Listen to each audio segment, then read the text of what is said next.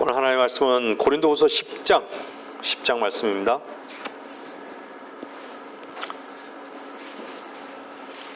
고린도후서 10장 4절에서 10절 말씀입니다.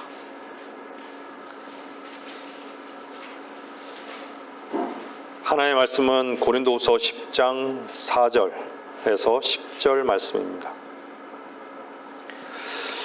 우리의 전쟁 무기는 육신적인 것이 아니요 오직 하나님을 통하여 견고한 요새들을 무너뜨리는 능력이라.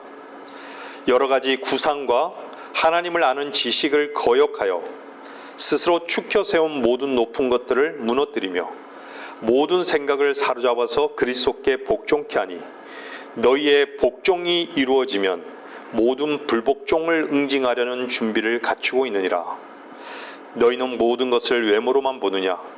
만일 어떤 사람이 자기가 그리스도에게 속한 줄로 믿는다면 그가 그리스도에게 속한 것 같이 우리도 그리스도에게 속해 있음을 그 자신이 다시 한번 생각해야 하리라.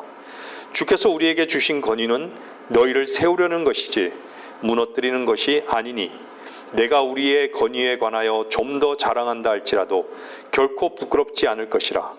이는 내가 마치 편지들로 너희를 놀라게 하는 것처럼 보이지 아니하려는 것이라. 그들이 말하기를 그의 편지들은 무게가 있고 힘이 있지만 직접 대할 때는 약하고 그 언변도 하찮다고 하기 때문이라. 제가 성경을 알고 하나님의 말씀을 처음 공부할 때 성경은 하나님의 말씀이며 믿음과 실행에 있어서 최종 권위이다. 이 말을 처음 들었을 때 저는 제 자신이 그 말을 받아들이기에 너무나 합당한 것이었습니다. 성경은 하나님의 말씀이며 믿음과 실행에 있어서 최종 권위이다. 여러분에게 성경이 최종 권위입니까?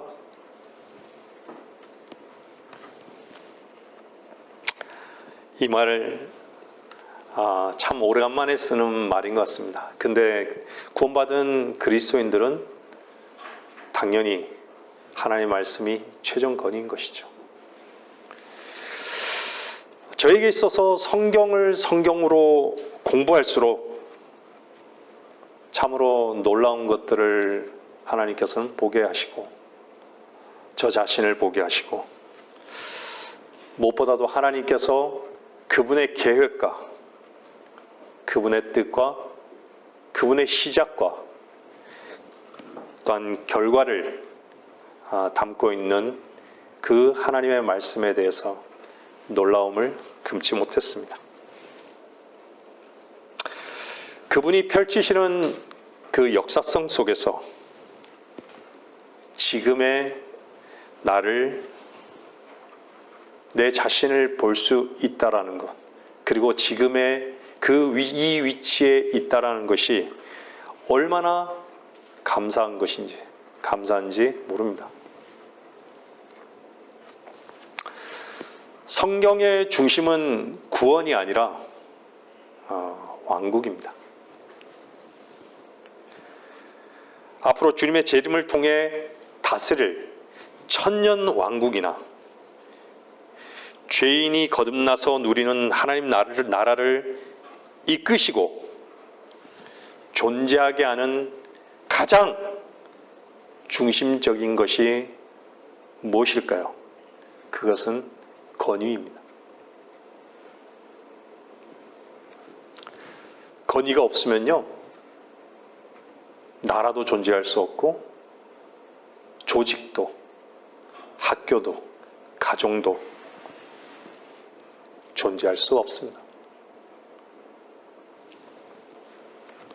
창세기 1장 28절 말씀 보면요, 하나님께서 그들에게 복을 주시고 하나님께서 그들에게 말씀하시길 건의가 말씀으로 주어지죠.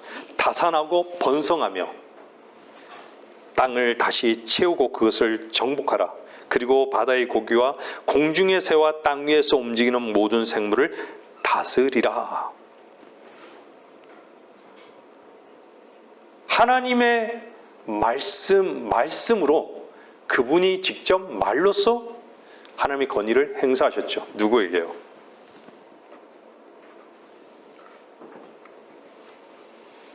창세기 1장 26절에 땅 위를 기어다니는 모든 기는 것을 다스리게 하자. 하나님께서는 아담을 지으시고 아담에게 하나님의 건의를 위임하신 것이죠.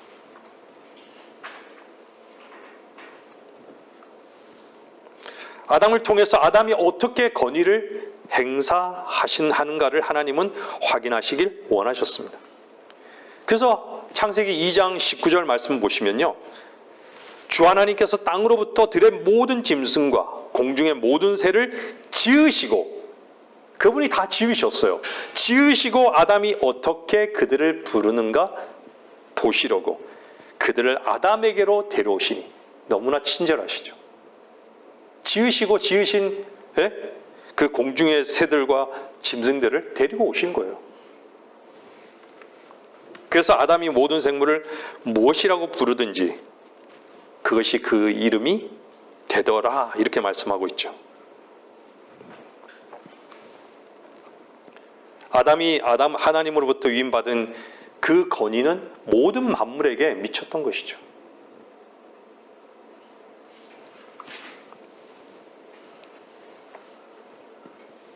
우리는 말씀을 말할 때 앞에 너무나 자연스럽게 무엇을 붙이죠? 하나님을 붙이죠. 하나님의 말씀. 하나님의 말씀은 거짓말 하실 수 없는 그분의 무오한 약속의 말씀이며 그 유일한 말씀만이 그대로 이루시고 그분 자신이 나타내시는 것입니다. 창세기 1장에서의 그분의 건의는 육신으로 오신 주님의 건의와 동일하시고 그분이 죽고 부활하신 후 기록된 생명의 말씀의 건의로 우리에게 주어진 것입니다. 시편 138편 2절 한번 보시죠. 시편 138편 2절요.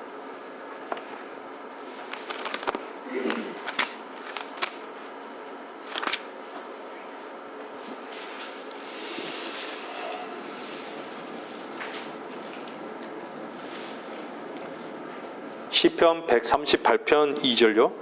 내가 주의 거룩한 전을 향하여 경배하고 주의 자애하심과 주의 진리를 인하여 주의 이름을 찬양하리니 이는 주께서 주의 말씀을 주의 모든 이름 위에 크게 하셨음이니이다.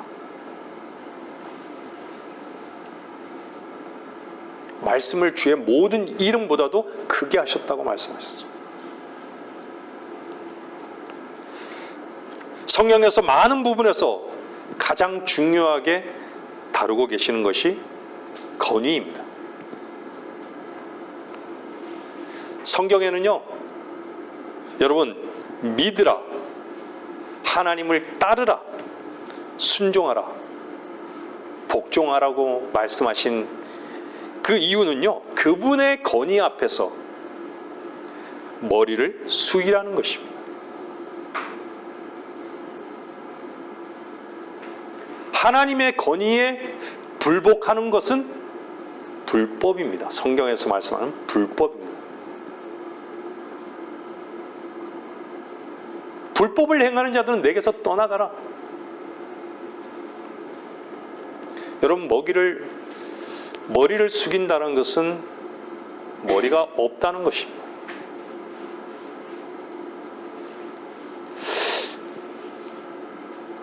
우리는 참으로 머리가 없다라는 그 말씀을 처음 제가 들었을 때도 참으로 놀라운 말씀이었습니다. 너무 제 자신을 찌르는 말씀이었죠.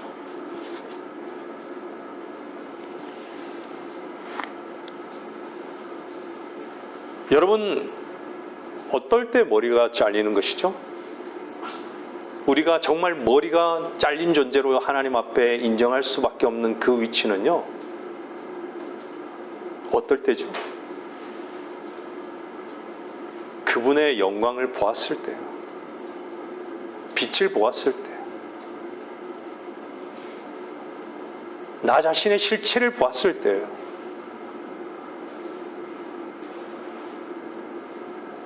나 자신에 대해서 절망이 되었을 때. 나에게는 가능성이 없구나. 그분의 영광을 보았을 때만이 우리는 내 자신이 정말 나는 아무것도 아닙니다. 주님의 머리 되심을 인정하는 거죠.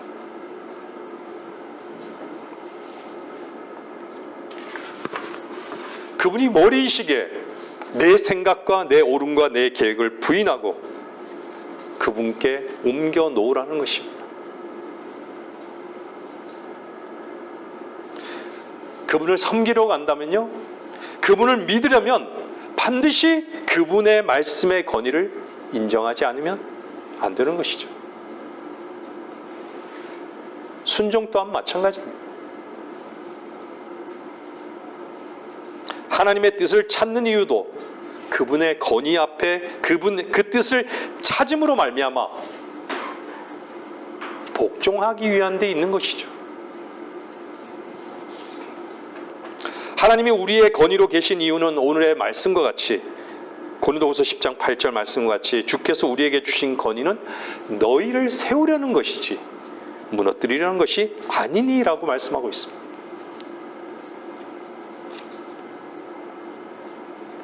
주님께서도 우리가 주의 말씀에 복종하기를 요구하시는 건 결코 우리를 무너뜨리려 하는 것이 아닙니다. 오히려 하나님의 영광과 권위에 우리를 하나 되게 하시고 우리에게 권위로 순종과 복종을 요구하시는 것입니다.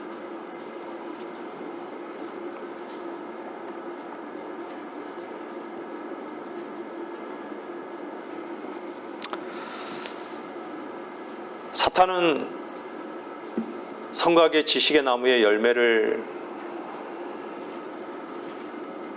먹게 되면 신들과 같이 된다고, 신들과 같이 될 것이라고. 그래서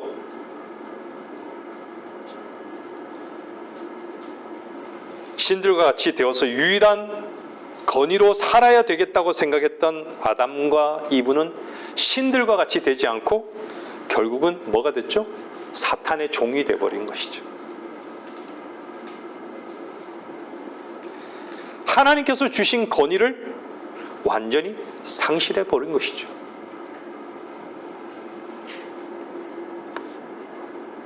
하나님께서 주신 권위의 상실은 어디로부터 시작된 것이죠?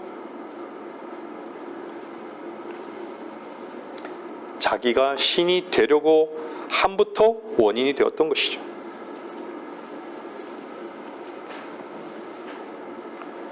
하나님의 말씀에 권위에 복종하는 사람은요, 하나님의 권위의 영광이 무엇인지 반드시 알게 됩니다. 권위 앞에 복종이 없는 사람, 그 사람은 절대로 권위를 위임받을 수는 없습니다. 유다서 1장 6절 말씀 한번 보세요. 유다서 1장요. 6절에서 한 8절 말씀 한번 보겠습니다. 유다서 1장.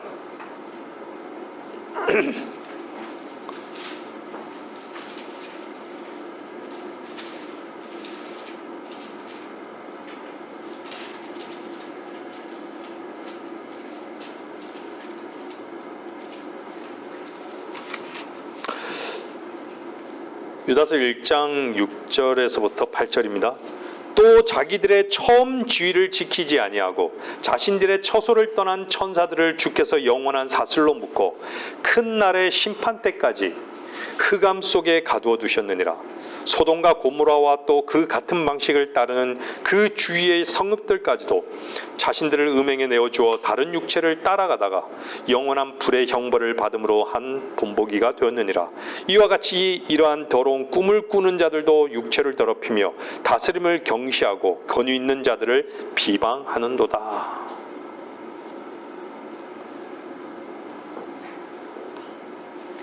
건의에 복종치 아니하는 자들은 그 근거의 뿌리가 사탄에게서 온 것을 여러분은 알아야 합니다. 사람들은 자기 생각, 자기 뜻대로 이것에만 관심이 있는 것이죠. 건의의 생각과 뜻에는 관심이 없습니다. 충돌은 어디서 오는 것이죠? 건의의 충돌이 오는 거예요. 건의의 충돌.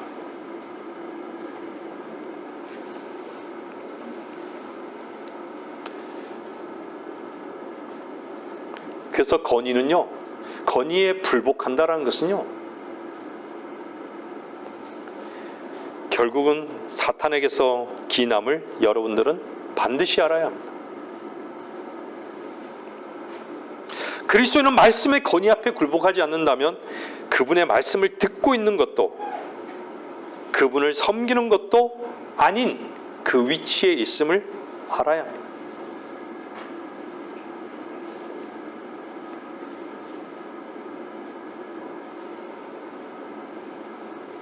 불법은요, 마음의 자세예요. 건의의 부분은요, 마음의 자세예요.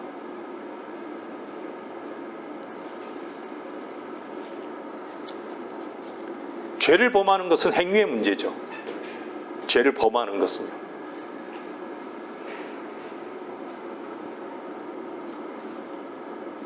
근데 건의에 불복하는 것은 마음의 자세예요.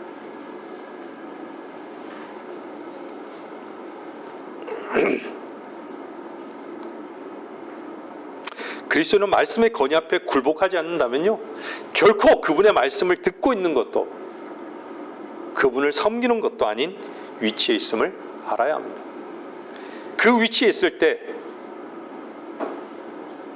다스림을 경시하고 건의 있는 자들을 오히려 비방하는 것이죠. 우리가 유다서 말씀을 통해 발견한 건요, 건의를 범한 사탄의 그 위치에서 그들이 어떻게 건의를 비방했는가입니다. 다시 말씀드리지만요, 하나님께서 주신 그 모든 건의를 범하면서 순종을 배워가는 것은 불가능합니다.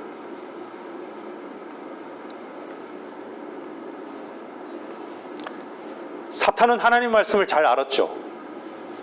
그렇죠? 하나님 말씀을 인용하잖아요. 일반적인 사람들은 주님이 그리스도란 걸 몰랐을 거예요. 근데 사탄은 몰랐을까요? 하나님의 아들이라고 얘기하잖아요.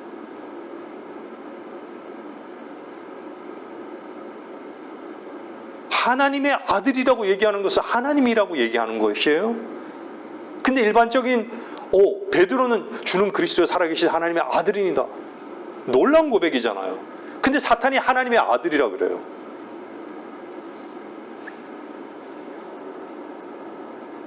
그렇다고 해서 사탄이 하나님의 그 건의에 복종하나요? 굴복해요? 사실 하나님 말씀의 그 건의에는 사탄이 어떻게 할 수 없죠. 사탄에게는 순종이 없어요.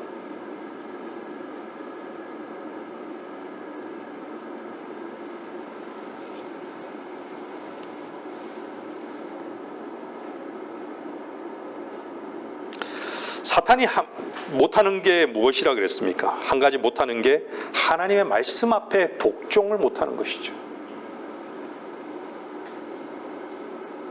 오늘 또 여러분은 말씀을 듣는 최종적 이유는 말씀이라는 그 건의 앞에 복종하기 위함입니다. 알기 위해 말씀 듣고 있지는 않는 것이죠. 말씀을 알기 위한 것이 아니라 말씀 앞에 복종하기 위함인 것이죠. 최종적으로 그 말씀 앞에 복종하기 위해서 말씀을 경청하고 있는 것인지, 단순히 이해하기 위해서, 알기 위해서 말씀을 듣는 것은 아닌 것인지 점검해 보아야 되는 것이죠.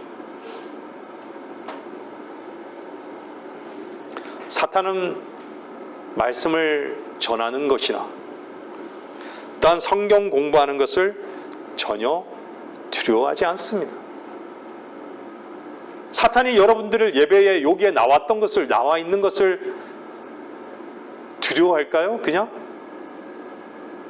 여기 앉아 있는 것만을 두려워할까요?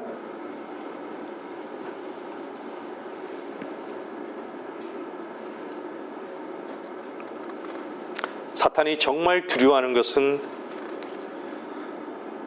사탄이 정말 두려워하고 원하지 않는 것은요, 하나님의 말씀 앞에, 그 건의 앞에 순종과 복종하는 것입니다. 만일 여러분이 사탄의 역사에 넘어진다면 사탄의 능력이 여러분을 넘어뜨린 것입니다. 사탄의 그 권위가 여러분에게 나타난 것이죠. 여러분 스스로가 신과 같이 되고자 하는 게 사탄의 권위에 넘어진 것입니다.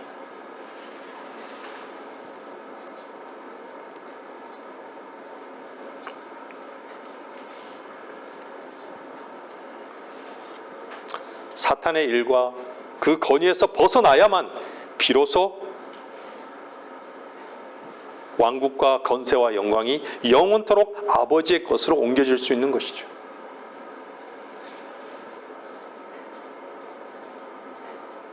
말은 아버지의 왕국과 건세를 말하고 있을지 모르지만 사탄의 권위 앞에 굴복한 사람인 것입니다. 하나님께서 여러분을 참으로 다스리기를 원하십니까? 저도 요즘 참 기도가 되는 것은요, 이미 저는 벌거벗은 자인데 벌거벗는 그 위치에서 주 앞에 발견되어지기를 원하는 것이 항상.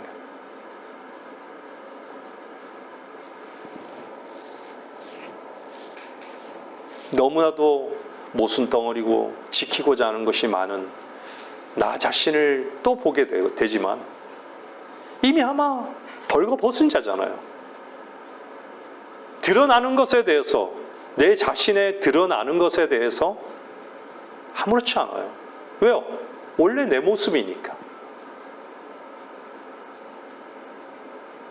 감사할 뿐이죠.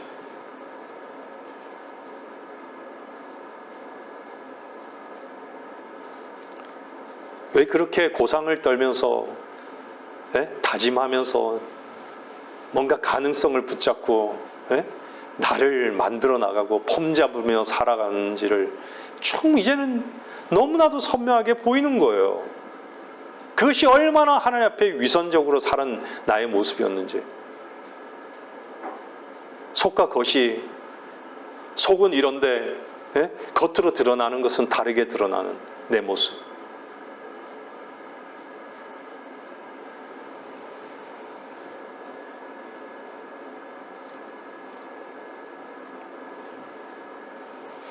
하나님께서 여러분을 참으로 다스리기를 원하신다면 여러분의 오름이나 즐거움이나 생각이나 여러분의 뜻을 부인할 줄 아는 십자가로 나아가는 삶을 배우셔야 하는 것이죠. 순종과 복종의 삶이 무엇인지를 먼저 배워야 합니다. 하나님의 말씀의 건의보다 자신의 건의를 세우는 것은 사탄의 독소에 취해 있는 것입니다. 하나님께서 왜 말씀을 통해서 날마다 죽노라, 날마다 죽노라 하는 십자가를 우리 앞에 두기를 원하시는 그 이유가 무엇일까요? 우리의 오름과 신과 같이 되고자 하는 추구를 날마다 부인케 하시기 위한 데 있습니다.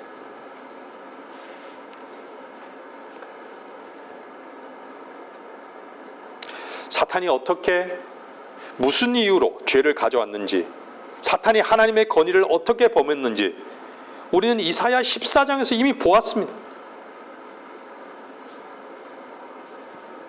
내가 높은 곳에 올라가 하나님과 같이 비기려 하는 것입니다. 자신의 최선과 고상함을 감추고 하나님의 이름으로 취하는 그 어떤 것도 하나님의 권위를 범하는 것입니다. 하나님의 권위를 비방하고 훼손해서 어떻게 해서든지 자기를 그 권위에 두려고 한 게 이사야 14장이지 않습니까? 마태복음 4장에 보면 시험하는 자 사탄이 등장하죠. 사탄이 주님께 왔죠. 주님이 사탄에게 다 예스 예스 했습니까? 노 노 했습니까? 우리는 사탄의 독소에 그 취한 것, 그것이 무엇인지도 모르고 예스 예스 예스 하는 것이죠.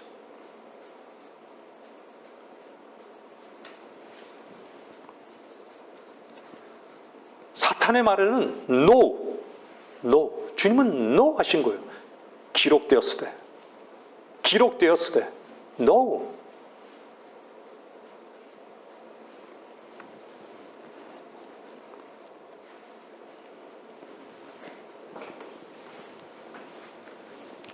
그리스도인은 주를 주로 고백했잖아요.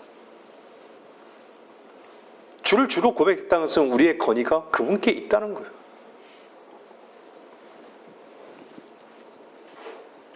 사탄은 결코 우리의 권위가 될 수 없습니다. 우리의 머리로부터 오는 생각 앞에 언제든지 우리는 노할 수 있어야 하는 것이죠. 언제나 하나님의 뜻 앞에서는 yes. 주님은 그러셨죠.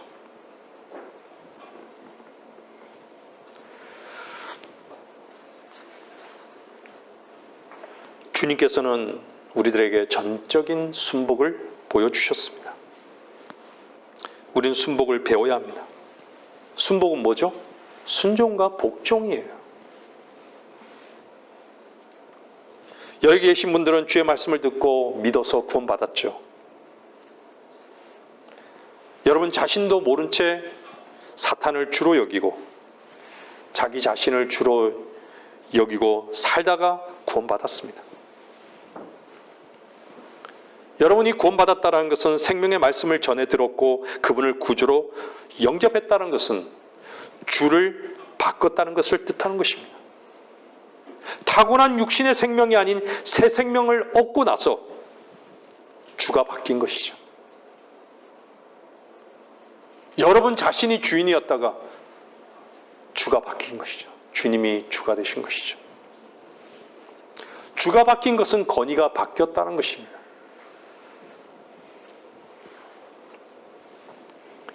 그래서 복음을 전하는 것은요, 사실 사탄의 권위에서 주님의 권위로 인도하는 것입니다. 주님께서는 겟세마네 동산에서 기도하셨습니다.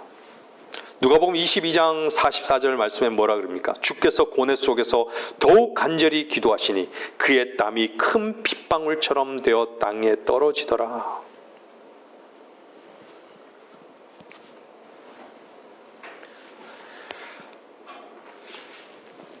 내 뜻대로 마옵시고 아버지의 뜻대로 되길 원하나이다. 하나님의 권위 앞에 무릎을 꿇은 것입니다.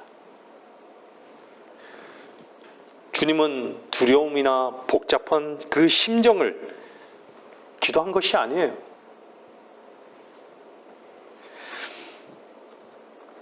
주님의 겟세마네에서의 기도는 하나님의 뜻을 알고 순종하고자 했던 그분의 시간입니다. 여러분들이 기도할 때 무릎을 꿇는 것은 무엇을 의미하는 것이죠? 아무것도 보이지 않는데, 물리적으로 보이지 않는 거기에서 왜 여러분은 무릎을 꿇으시죠? 대상이 있다라는 것이죠. 누구죠? 주님입니다. 여러분이 주님의 종의 위치에 있다라는 것을 증명하는 것입니다.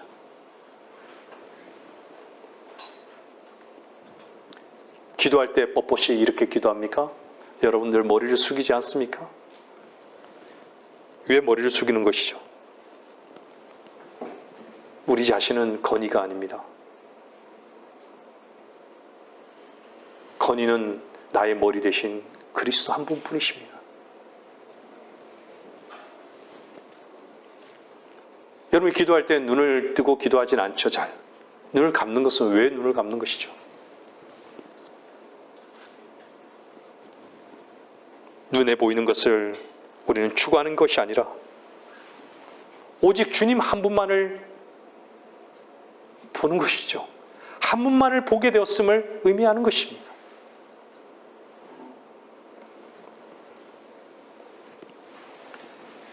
여러분들이 구원받았을 때 한번 돌아보세요. 잃어버린 그 위치. 여러분이 잃어버린 그 위치는 우리에게는, 우리 자신에게는 그 어떤 빛도 없는 어둠 그 자체였어요. 우리에게는 우리의 길을 가고 있었던 사람들이었어요. 근데 주님을 영접하고 나서 무엇이 달라졌나요? 우리가 보는 눈이 틀렸구나. 참빛을 보게 된 것이죠. 그리고 하나의 길을 보게 된 것이죠. 그 길을 주께서 가는 그 길 안에 우리가 놓이게 된 것을 알게 된 것이죠.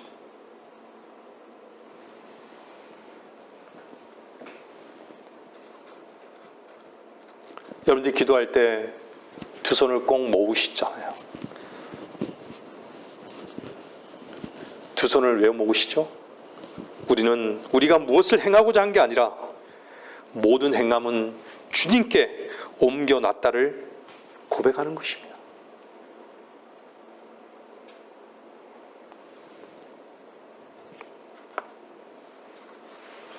이 세상은 주님께서 아담에 속한 모든 죄와 저주를, 모든 인간의 문제를 다 끝내신 것을 믿지 못하는 세대가 되어버렸습니다. 그런 믿음을 찾아보기가 너무나도 어려운 시대에 있습니다. 불법을 행하는 자들이죠.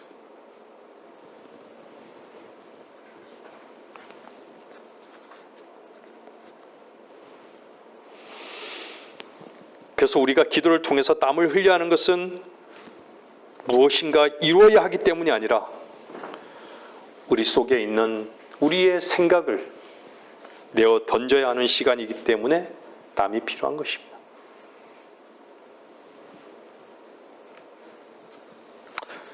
우리의 모든 즐거움을 주님 앞에 포기하는 시간이 되어야 하는 것이죠. 오히려 우리의 모든 소원을 주님의 뜻으로 옮겨놓는 시간이 되어야 한다는 말입니다. 여러분들, 이 우주에는 두 가지 원칙이 있습니다.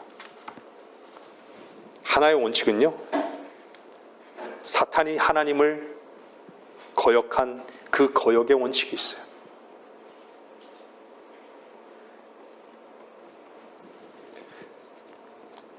하나님을 단순히 거역한 게 아니라 반역했던 것이죠. 그리고 하나의 그 또 원칙은 하나님의 건의에 복종하는 원칙입니다. 여러분은 어느 원칙에 있기를 원하십니까?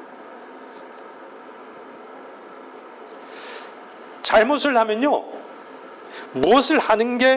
잘못하면 무엇을 하는 게 하나님께 순종하고 복종하는 것이라고 오해할 수 있습니다. 아니에요. 순종하고 복종하지 않아도 뭔가 할 수 있어요. 순종하고 복종하지 않아도 구제할 수 있고 봉사할 수 있는 것이죠. 하나님 앞에 복종하지 아니하고 자기 생각과 자기 즐거움으로 살 수 있어요. 자기 생각과 자기 즐거움으로 교회 일을 할 수 있어요.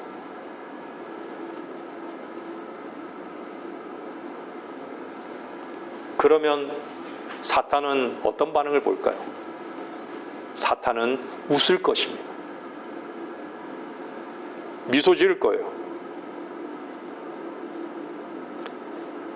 왜냐하면 사탄은 어떤 일을 하는 걸 중요하게 여기는 게 아니라 그 일을 먼저 하나님 앞에 복종함으로써 하나님께서 하신 일인가에 대해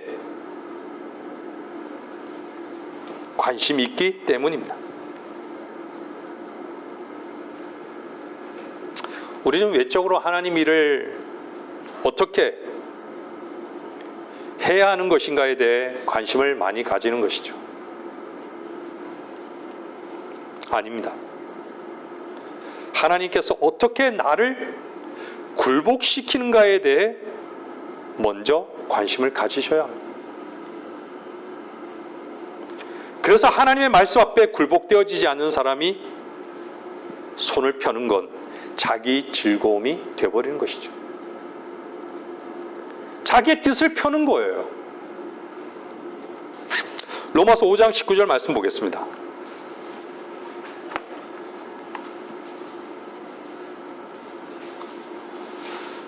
로마서 5장 19절 말씀입니다.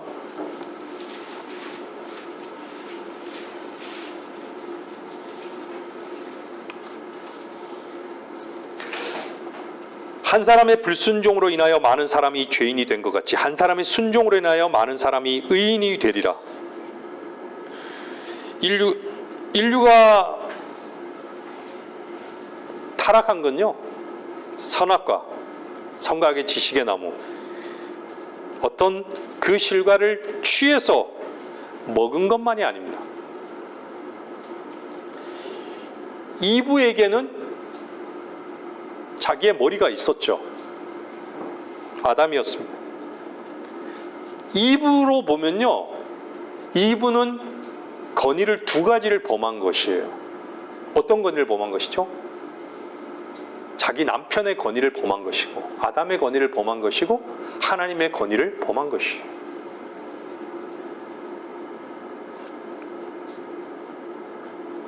아담의 머리로 세우신 하나님의 건의까지 범한 이브.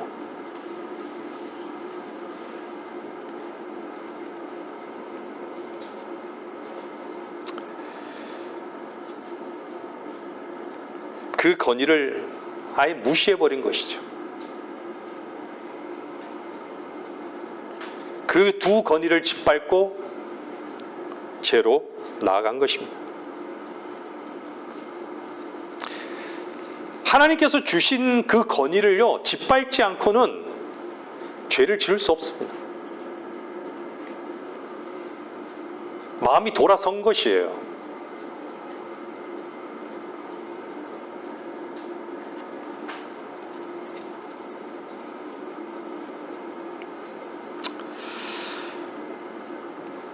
건의를 우리에게 주신 건 하나님과 하나 되는 그 영광의 그 위치에 두신 하나님의 놀라운 보장입니다.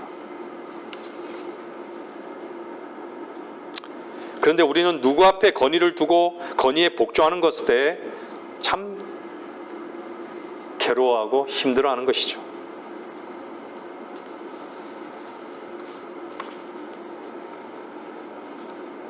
제일 힘든 게 누구의 말을 따르는 것입니다.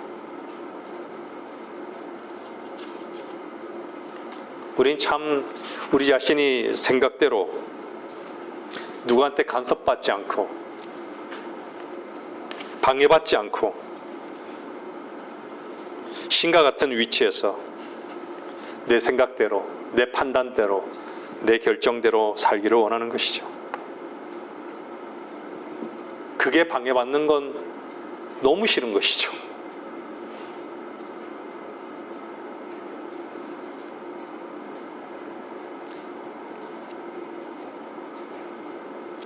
세상 사람들이 공부를 열심히 하는 그 이유, 좋은 직업을 갖는 이유, 많은 물질을 얻고자 하는 최종적인 이유가 무엇입니까? 다른 사람 머리가 되고자 하는 것이죠. 다른 사람들보다 더 위에 있어 보이고 더 인정받기를 원하는 것이죠.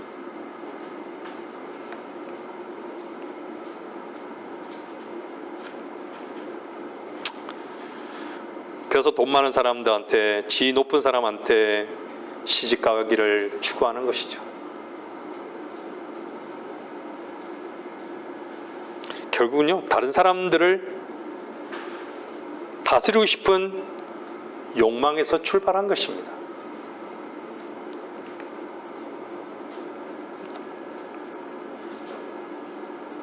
다른 사람들을 다스리지 못하고 오히려 다른 사람들의 말을 들어야 하는 그 위치가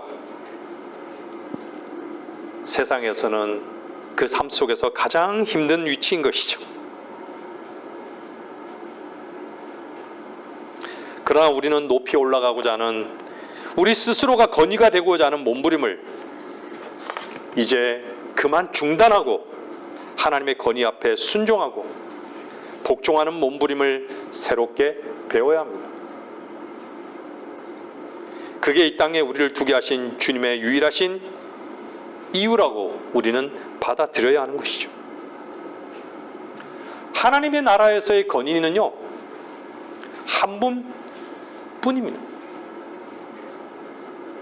주님 한 분뿐인 것이죠.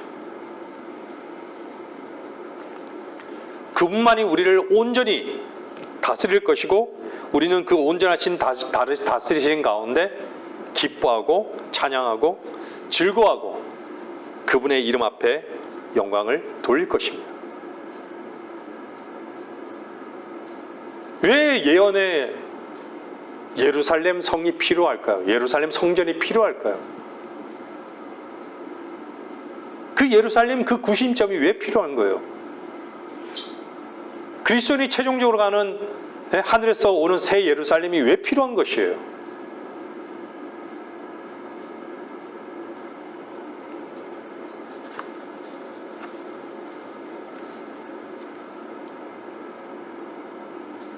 그분의 주님이 거하시기 때문에, 주님의 건의이기 때문에 그분으로 인해서만 즐거워하고 기뻐할 수 있는 것이에요.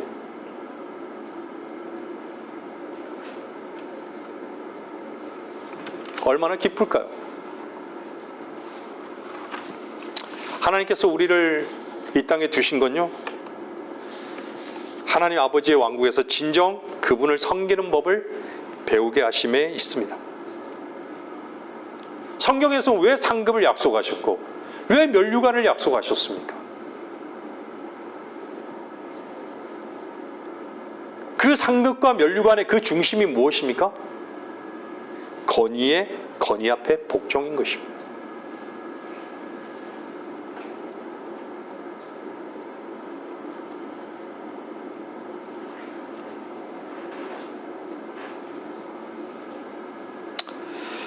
가정에서도 마찬가지입니다. 가정의 건의로 세운 남편에게 아내들은 복종을 배워야 하는 것이죠. 그리스도 안에서의 복종은 가장 아름다운 행위입니다.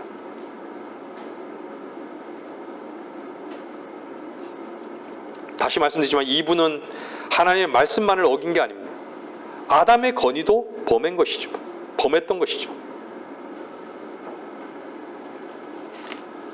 우리가 복종해야 하는 이유가 무엇이죠? 하나님께서 말씀하셨기 때문입니다. 우리가 말씀 얘기, 하나님 얘기, 하나님의 말씀. 그것을 나를 지키는 인용구가 아니라 하나님의 말씀, 엄중하신, 위대하신 그분의 말씀이기 때문입니다. 다른 데서 이유를 찾지 마십시오. 다른 데서 이유를 찾으려 하는 사람은 이미 독립선언한 것입니다.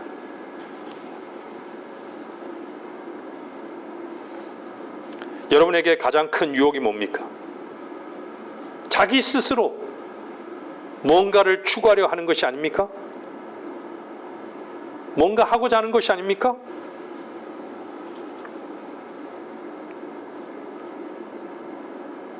여러분이 스스로 무엇인가 할 때 이미 여러분의 건의인 그분께 나아가고 있습니까?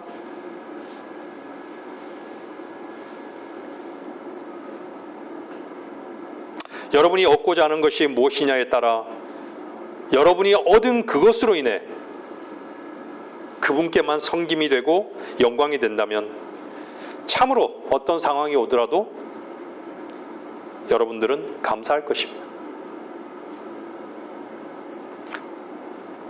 다시 말씀드리지만 여러분이 복종할 이유는 단 하나뿐입니다. 하나님께서 세우신 건의 아래서만 참된 쉼을 쉴 수 있다는 것입니다.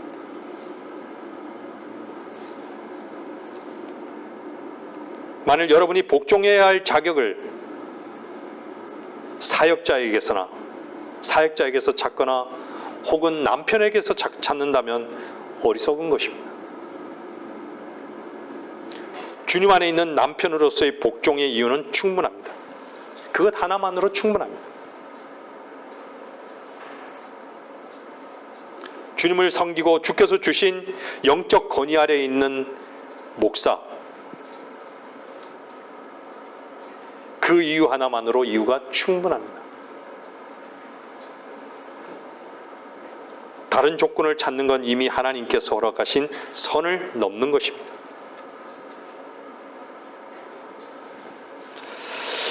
민수기 12장 1절 한번 보십시오. 민수기 12장 1절.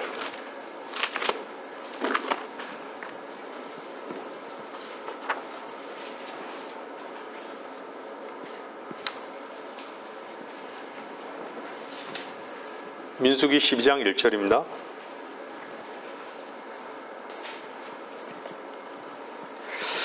미리암과 아론이 모세가 혼인한 에디오피아 여인으로 인하여, 에디오피아 여인은 함족인 것이죠.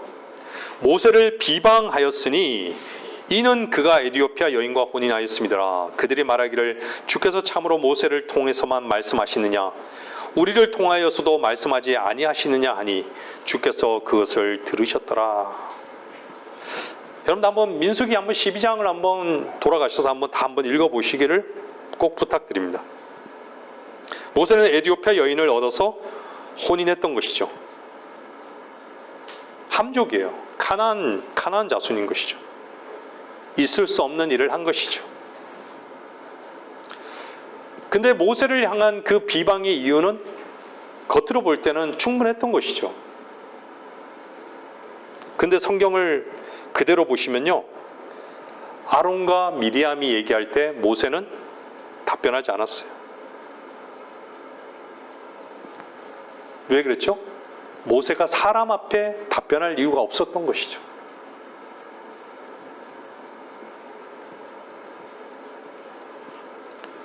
오직 모세에게 건의는 하나님 한 분뿐이셨기 때문입니다. 그들에게 이해시키려고 하지 않았어요. 변명하지도 않았던 것이죠. 오직 자기의 문제를 오직 하나님 앞에만 두었던 것이죠. 이것을 민수기 12장을 보면요, 하나님께서 모세의 신실함으로 얘기해요. 그 이유 때문에 하나님께서는 아론과 미리암을 책망하신 것이죠. 그래서 미리암은 뭐가 걸렸죠? 문둥병에 걸린 것이죠. 죄의 본질인 문둥병에 걸린 것이죠. 건의를 범하는 것은요, 죄의 본질입니다. 오죽했으면 주님께서 불법을 행하는 자들아 내게서 떠나가라.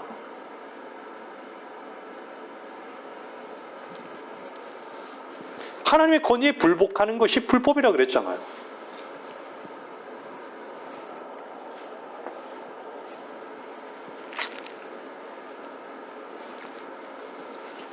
남편에게 복종하는 것, 교회의 건의 앞에 복종하는 것, 하나님의 말씀의 건의 앞에 복종하는 것이 정말로 힘들다면,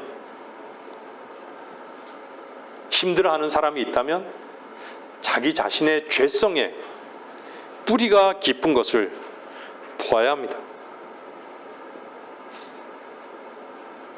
모세는 하나님의 건의만이, 하나님 한 분만이 건의임을 알았기 때문에 사람의 보장이나 보호가 필요치 않았습니다. 건의 안에 있을 때 보호받고 보장받는 것이에요.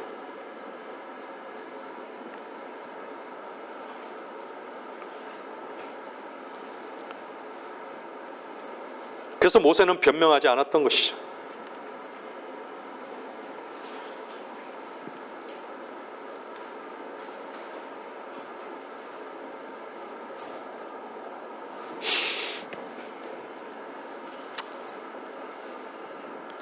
세상의 권위는 사람들에게 바깥으로 겉으로 잘 보여야 되는 것이죠. 그럴 만한 이유가 있어야 되는 것이죠. 그러나 하나님께서 주신 권위는 사람에게 어떤 이유를 찾지 않습니다. 이유는 단 하나인 것이죠.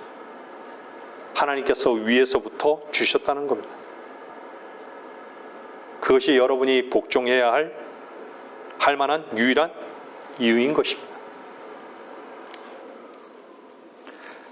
미리암이 아론과 함께 모세를 비방했을 때요, 하나님의 진노와 그들을 다루심은 엄중했던 것이죠. 하나님께서는요,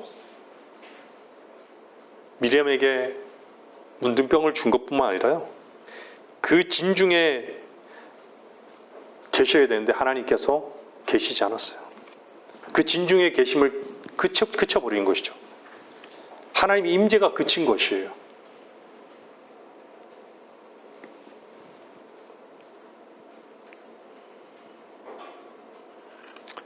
미리암은 진중에서 밖으로 내쫓겨난 것이죠. 진중에 쫓겨났다는 건 무슨 뜻이죠? 하나님의 교제가 끊어졌다는 얘기예요. 불가능한 것이죠. 하나님과의 교제는 불가능한 것이죠. 하나님의 말씀 앞에, 그 권위 앞에 복종하지 못하는 사람들은요, 성도들 간에도 결코 섬김을 나누지 못하는 것이죠. 교제하지 못해요. 여기 있는 것 자체가 힘든 것이죠. 뛰쳐나갈 수밖에 없어요.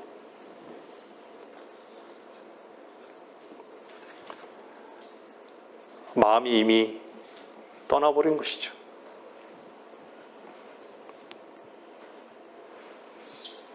뛰쳐나가면요, 뛰쳐나갈 때도 그냥 나가는 게 아니죠. 자기의 권위가 인정받지 못한 것으로 인해서 뭔가 흩뜨려 놓는 것이죠. 그것은요, 사탄의 일입니다.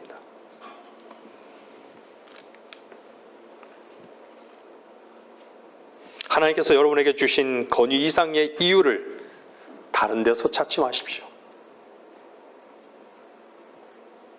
내가 하나님 앞에 굴복하고 있느냐? 사무엘상 24장 4절 보십시오. 사무엘상 24장 4절.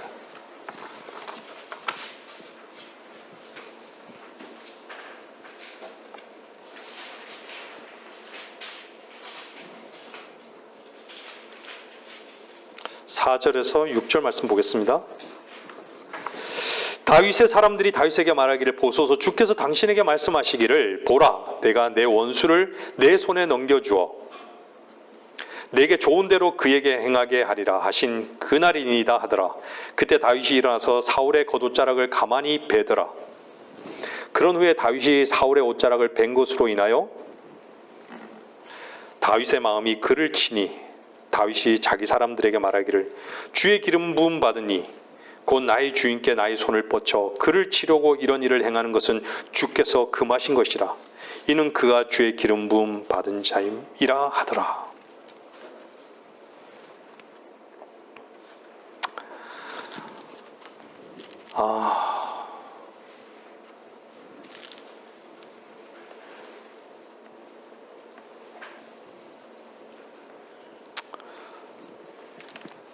민수기 12장 2절 말씀도 봤듯이 그들이 뭐라고 얘기해요? 주께서 참으로 모세를 통해서만 말씀하시느냐? 목사 같지 않은 목사, 저를 두고 얘기하는 겁니다.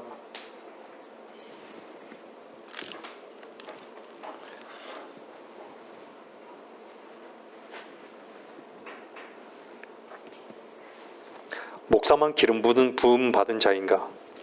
우리를 통해서도 말씀하지 아니하시느냐? 어떻죠?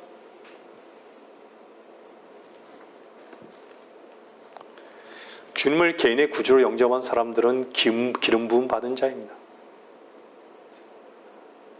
성도라고 불리는 것이죠. 왕 같은 제사장입니다. 그러나 오늘 주신 말씀은요, 그런 말씀을 하고 있는 게 아닙니다. 하나님께서 특별한 건의로 주신 바로 이 건의에 대해서 말씀하고 있는 것입니다.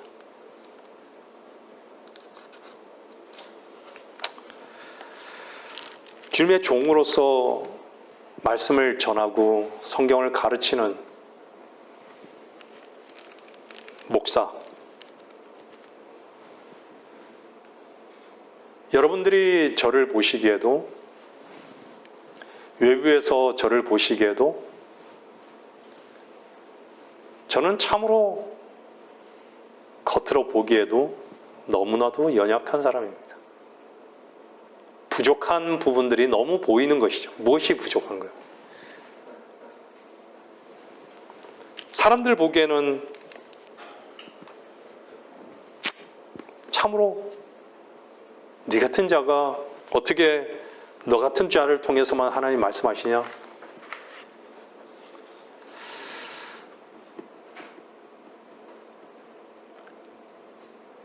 저는 그 부분에 대한 주 앞에 많은 토로를 했었어요. 요나와 같이 참 도망가고자 했습니다.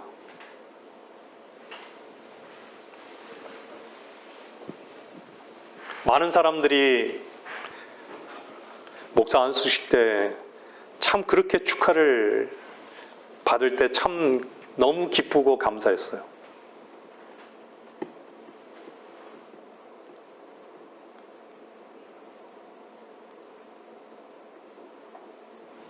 근데 어떤 분들은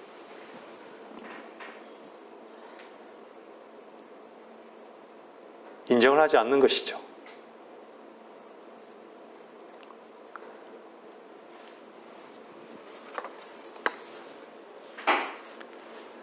저는 결코 사람의 인정 속에 살기를 원치 않습니다.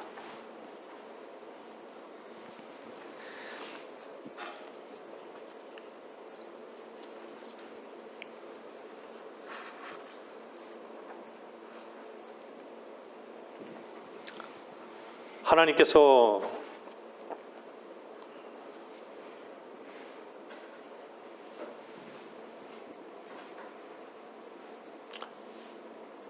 저를 사용하지 않는다면 언제든지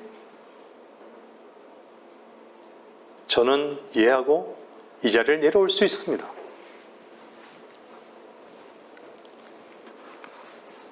하나님께서 저에게 보여주시지 않으시고 빛 가운데로 인도해 주시지 않는다면 저는 언제든지 내려올 수 있습니다. 제 안에 하나님께서 양식을 주시지 않는다면 어떻게 제가 무엇을 제 얘기를 쏟아낼 수 있겠습니까?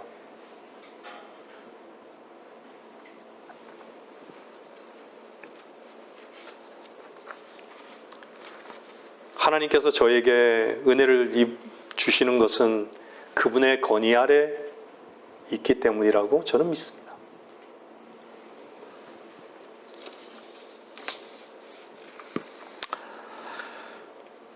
주 안에서 복종하십시오. 건의에 복종하는 것을 배우십시오. 교회의 건의 앞에 복종하십시오. 건의 앞에 복종할 때 세워짐을 입는 것입니다. 여러분의 세워짐은 주님의 기뻐하심 속에서 세워질 것입니다. 스스로 높아지려 하지 마십시오. 교회 안에는요, 문제가 되는 게 연약함이 문제가 되는 것이 아닙니다. 진짜 교회의 문제는요, 높아지려고 하는, 뭔가 많이 열심히 해서 자기 자신이 높아진 자가 되려는 것이 문제인 것이죠.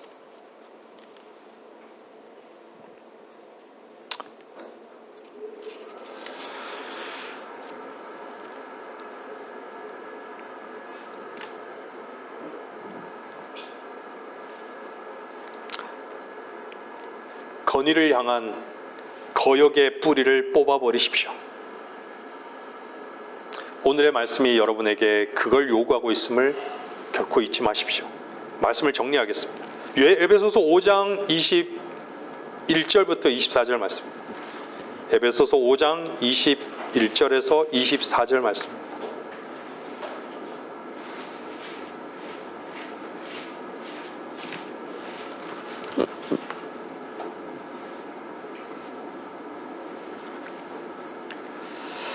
에베소서 5장 21절에서 24절까지는요. 복종이란 단어가 3번 나옵니다. 하나님을 두려워함으로 서로 복종하라. 아내들아 너희는 너희 자신의 남편에게 복종하기를 주께 하듯 하라. 이는 남편이 아내의 머리됨이 그리스도께서 교회의 머리됨과 같음이라. 그는 몸의 구주시니라. 그러므로 교회가 그리스도께 복종하듯이 아내들도 자기 남편에게 매사에 그렇게 해야 할지니라. 복종이 3번 언급되는 것이죠. 왜 저에게 웃으십니까? 절 보고?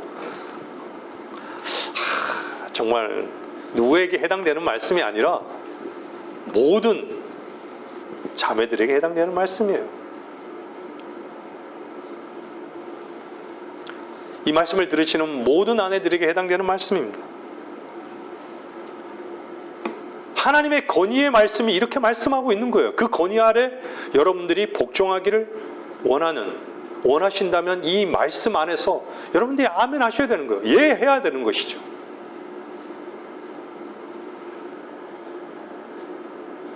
빌립보서 2장 한번 보세요. 빌립보서 2장.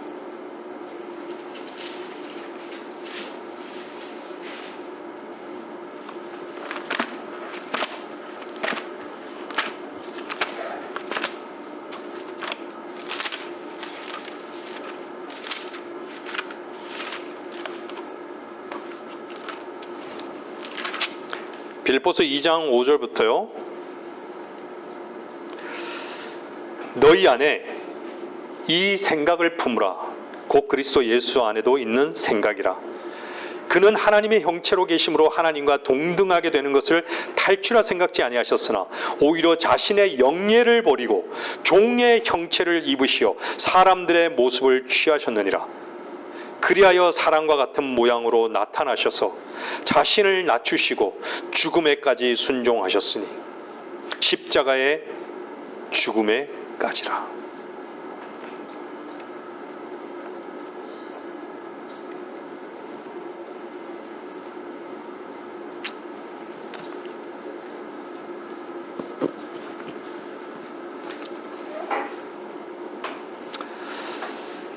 우리는 이 땅에서의 주인의 위치를 포기해야 합니다. 내려놓아야 합니다.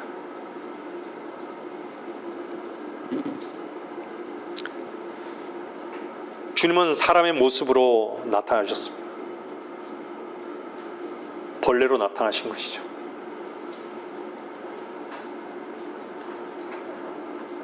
그분은 흠모할 게 아무것도 없었습니다. 연하디 연한 순 같아라고 말씀하셨습니다. 그런데 그분은 하나님이셨습니다.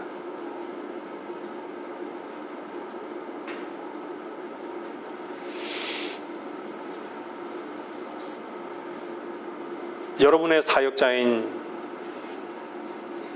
저를 여러분은 어떻게 보십니까? 주 안에 있는 남편이 여러분 어떻게 보이십니까?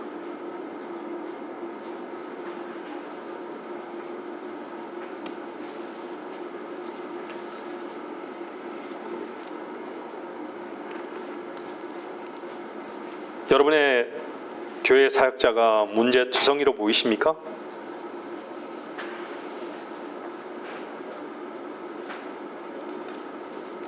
우리는요, 그리스도인을 볼 때 그분 안에 하나님의 신격이 숨겨져 있는 것을 보아야 합니다. 숨겨 있는 것이죠. 하나님의 신격은요, 하나님께서 주신 건의라는 것입니다. 제가 예전에도 말씀드렸죠. 하나님의 기름 부음 받은 자, 구원 받은 자들은 그 입에서 나오는 하나님 말씀을 그 입에서 하나님께서 내뱉게 하셨다면 그 말씀 앞에 예하고 굴복하는 그 겸손한 위치에 있어야 되는 것이에요. 누가 됐든 하나님의 말씀을 전하는 그 위치에 있는 그 사람이 아니라 하나님 그 말씀을 전하는 그 말씀의 그 권위 앞에 굴복해야 된다는 것이죠.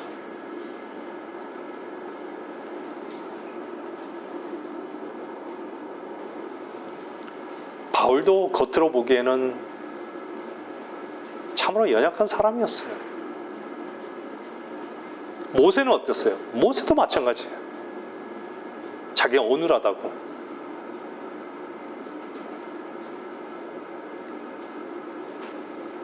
저희 아내가 저를 볼 때 얼마나 연약하고 보잘것없고 문제투성이겠습니까?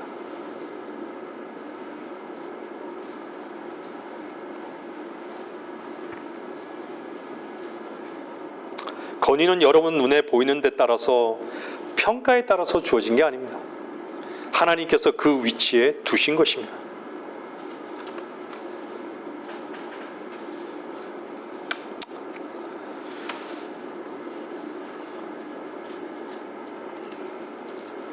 건의자를 하나님께서 말씀의 사역자로 세웠고 무엇으로 세웠다면, 하나님이 쓰시는 도구로 세웠다면 그 세우신 분이 누구실까요? 그 세우신 분의 그 건의까지도 여러분들이 거역하는 마음이 있다면 결국은 하나님께 거역하는 것이죠. 근데 사람들은 그걸 몰라요.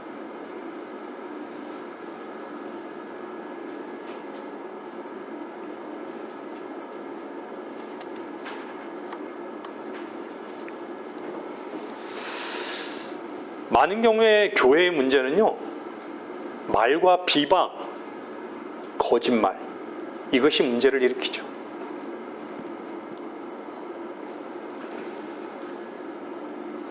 어떻게 거짓말을 참 잘 만들어내는지. 이유가 뭘까요? 회방하기 위해서.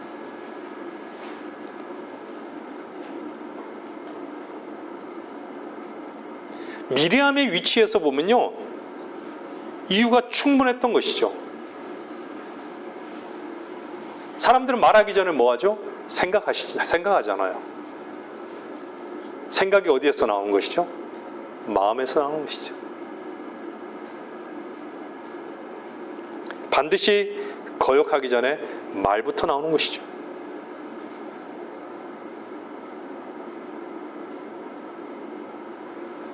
말은 아주 쉽죠. 말은 아주 빠르죠. 그 안에 뭐가 있죠? 독소가 있고 흙탕물이 있는 거예요. 독소가 있고 흙탕물이 있기에 그런 말이 나오는 것이죠. 건의 앞에서는요, 그럴듯하게 말하는 것 같지만 건의를 비방하는 자들끼리 모이면요, 반드시 쓴물이 나오는 것이죠. 말은 그 생각과 마음에서 나오는 것이기 때문에 반드시 행동으로 옮길 가능성이 아주 높습니다. 주의하십시오. 이사야 14장은 사탄이 계획한 걸 먼저 실행한 놀라운 반역의 말씀으로 우리는 볼 수 있는 것이죠. 계획하지 마십시오. 여러분의 생각을 사용하지 말라는 얘기입니다. 로마서 9장 15절 한 절만 더 읽겠습니다. 로마서 9장 15절.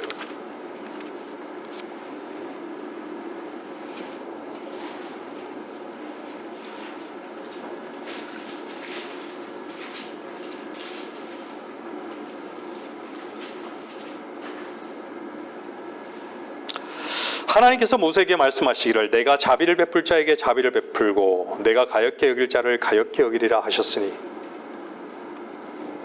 여러분, 자 한번 보십시오.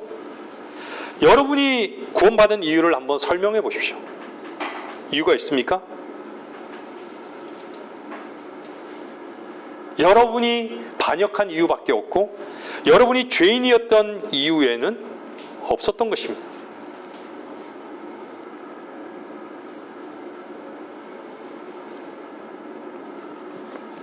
내가 아무리 미워하고 내가 아무리 싫어하고 내가 아무리 꼴도 보기 싫은 그 사람을 위해서도 주님은 피 흘려 죽으셨습니다. 내가 아무리 위선자라고 얘기하는 저 사람을, 아무리 미워하는 저 사람을, 죽이고 싶은 저 사람을 위해서도 주님은 죽으셨습니다.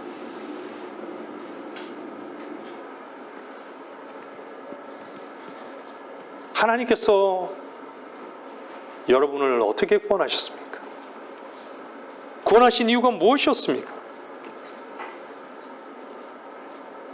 다시 말씀드리지만 여러분은 죽기에만 합당한, 죽어 마땅한 죄인이었던 그 이유밖에 없는 것입니다. 그래서 하나님께서 스스로 죽으셔서 우리를 구원하신 것입니다.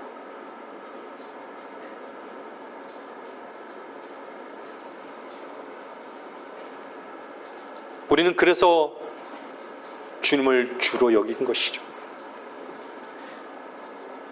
건의 앞에서는요, 절대로 건의 앞에 이유는 없습니다.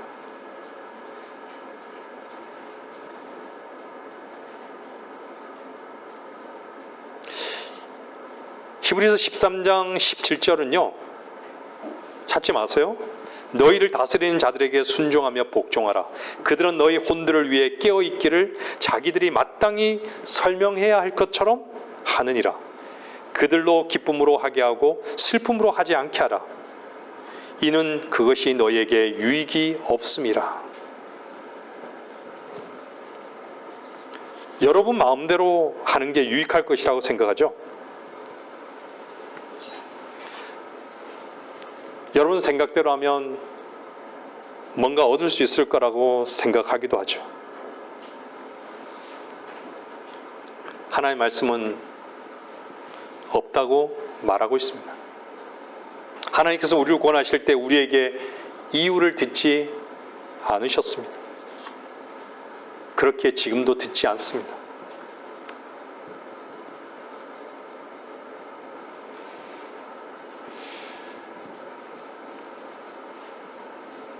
다만 우리에게 너가 누구냐? 너가 누구냐만 확인하기를 원하십니다. 여러분들은 누구십니까? 주님의 양이십니까? 양은 목자의 음성을 듣습니다. 목자가 유일한 건의인 것이죠. 많은 사람들이 건의를 모르기에 하나님 앞에서 하나님을 가르치려 하는 것이죠. 여러분의 건의, 아내는 남편, 남편은 그리스도. 하나님의 말씀의 건의 앞에 복종을 배우시기를 당부하며 말씀을 마치겠습니다.